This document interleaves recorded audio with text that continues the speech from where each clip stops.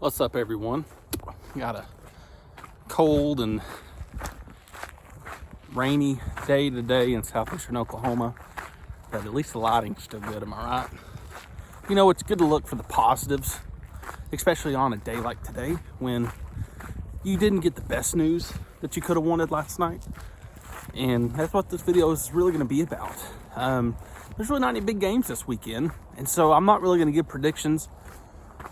You got Auburn versus A&M, I think. Not really.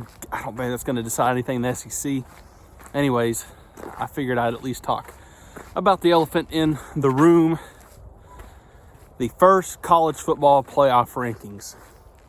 Now, I'll be the first one to admit I was not a fan of the BCS. I did not like the two-team setup, even though OU kind of got lucky a few times in it, and we were able to make the national championship with a loss. So can't complain too much, but I'm a bigger fan of the playoff system that we have now. However, what I don't like about it is you have 13 people deciding pretty much everything. People are great, but people make mistakes. People have biases. People fail. I'm guilty as anybody.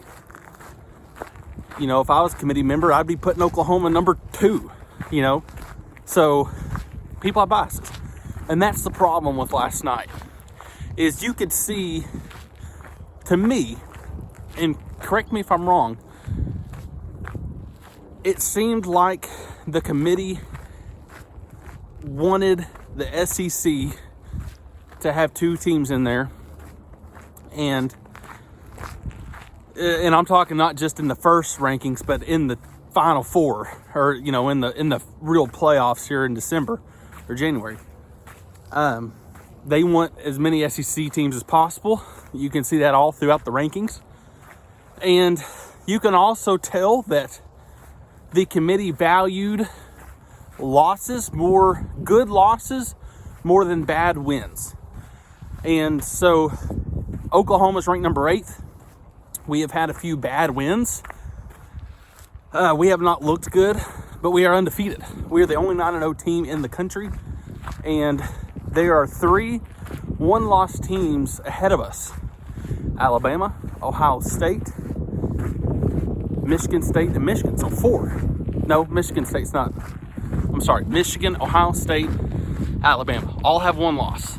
And so I get it. Alabama, every year they're going to be the top 2 best teams.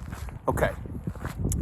Oregon and Michigan, I kind of have a bone to pick, because what you're saying is that Oregon losing to Stanford, who's 3-5, is better than Oklahoma barely beating Kansas. I don't see that logic there. To me, that shows that there is a team in the Pac-12 that is better than Oregon.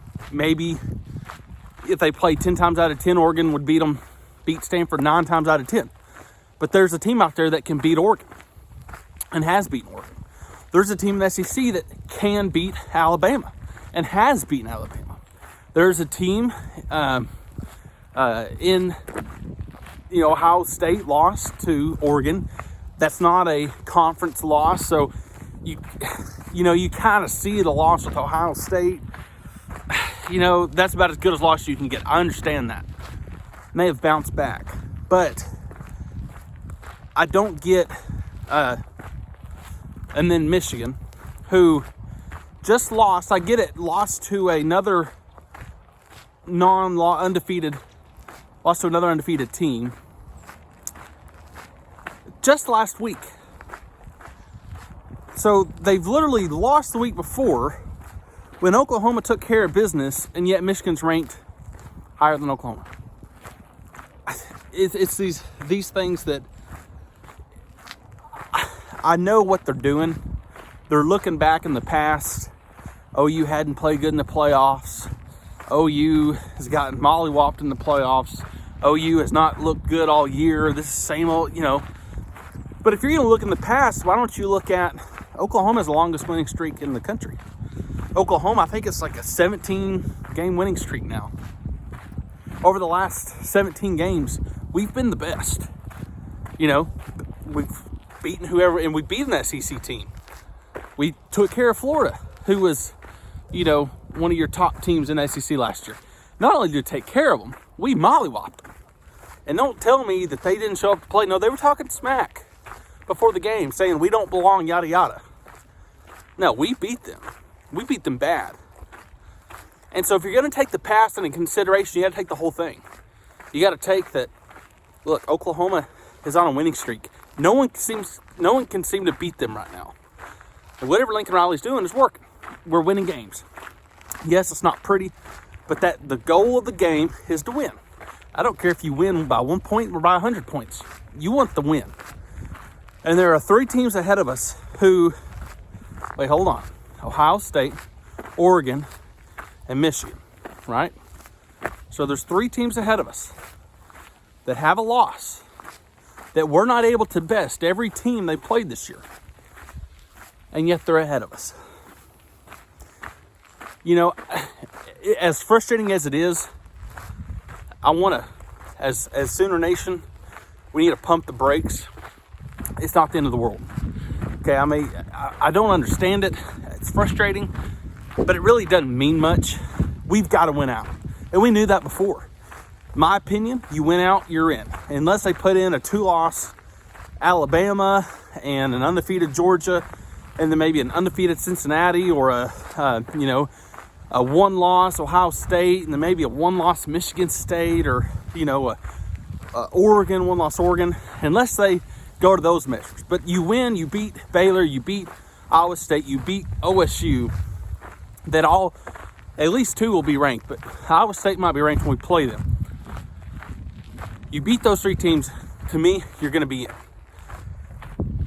OU, the players, the coaches, they were posting on Twitter, and I liked what I saw. They're going to use this as motivation to prove that they're better than the 8th ranked team.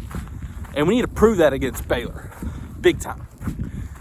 If we go in there, I'm not saying we have to, beat them by 20, 30 points. But if we go in there and we go to Waco and we look good offensively, defensively, that's all we got to do. Just go in there and take care of business like you can do. But use this disrespect, this frustration that Sooner Nation is feeling right now because of these rankings as motivation to go in there and show those committee members we are not teams of the past. We are a different team with different players. We can get mad at where they ranked us. We can get frustrated. It's not going to do any good. What we can do with the players, I can't do it, but if the players are that upset, they can do something about it for the next 3 Saturdays after this Saturday. So it's not the end of the world. Actually, if we end up running the table and going all the way and winning national championship, I believe it'll be because we ranked number 8 and there was a fire lit underneath our butts and made us play like the team we know we can beat. So we just got to be patient. We got to go take care of business. We can't have any more of those Kansas games. We've got to go take care of business. I believe we are a top 4 team in this country. I believe we are better than Baylor, better than Iowa State, and better than Oklahoma State. I believe we can beat each of those teams handily. And I believe we will. Let's go in there and do it. Rankings are going to take care of themselves. So, look, we don't have a game this week. I'm going on vacation. I'm going to Florida. So, I don't know when you'll see me next because I'm not bringing my selfie stick with me. So, maybe next Wednesday, a week from today, maybe I'll have a prediction video. But so don't come on my channel the next week or so because there ain't going to be nothing there unless you're coming to subscribe or watch past videos. But anyways, if you made it to the end of this video, I apologize for going so long, but I just get talking. I enjoy it. But if you're not subscribed, hit that subscribe button. We just hit 50 subscribers. It's awesome. Thank you all. Hit that like button. Hit the notification bell. Is there anything else? Comment. What did you think about us being ranked 8? Do you think we earned it? Do you think we deserve it? Do you think that we deserve to be higher? Let me know. And look, I'll catch you all in the next video. Boomer Sooner, baby.